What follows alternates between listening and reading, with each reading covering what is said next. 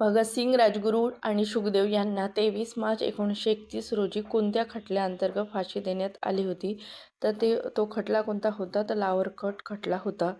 त्यानंतरचा प्रश्न, 21 डिसेंबर 1909 रोजी नाशिकच्या जिल्हाधिकारी A.M.T. जॅक्सन यांची हत्या कुठे झाली होती? विजयानंद थिएटरमध्ये. कोणी केली होती? तर अनंत लक्ष्मण कानोरे यांनी केली होती. तेव्हा शारदा नावाचे नाटक त्या थिएटरमध्ये सुरू होते.